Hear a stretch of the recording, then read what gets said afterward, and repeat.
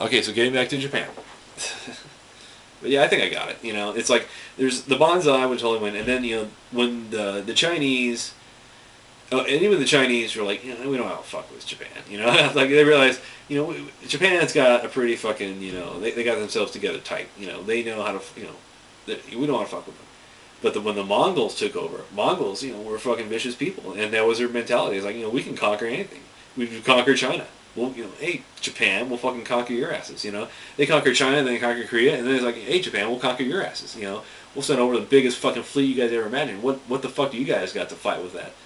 And so they, landed down like the southernmost island, and then the samurai came out, and, just like, the samurai got their asses handed to them, And like the reason why is because, the emperor's original idea was that like he always wanted these guys knew how to fight. But the thing is, he kept himself too isolationist. That's what the problem with that old emperor is that he made himself too isolationist. He didn't have spies on the mainland. And you want spies from off the mainland or on the mainland because they're going to study the military techniques of the culture, and you translate that. And that's why even now there are spies from every country in every other country. Like Russia, they got spies here in America.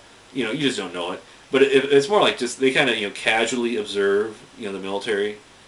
And they casually observe government practice too, and they casually observe business practice because, in fact, the American government does it legally, and they encourage it. You know how they encourage it?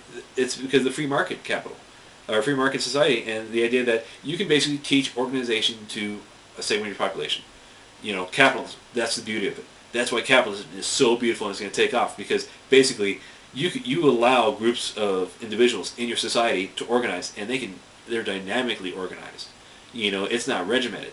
Back in the Middle Ages, the lords, they realized we need goods, or we want goods to be traded amongst us, and we want to keep people happy because people want to be happy. But also, we want some goods. We want goods regulated and provided. We want a portion of our population employed and under our control. But because that's the thing too. It's like you can never organize in groups. You can never, in the Middle Ages, you cannot be in groups of 3.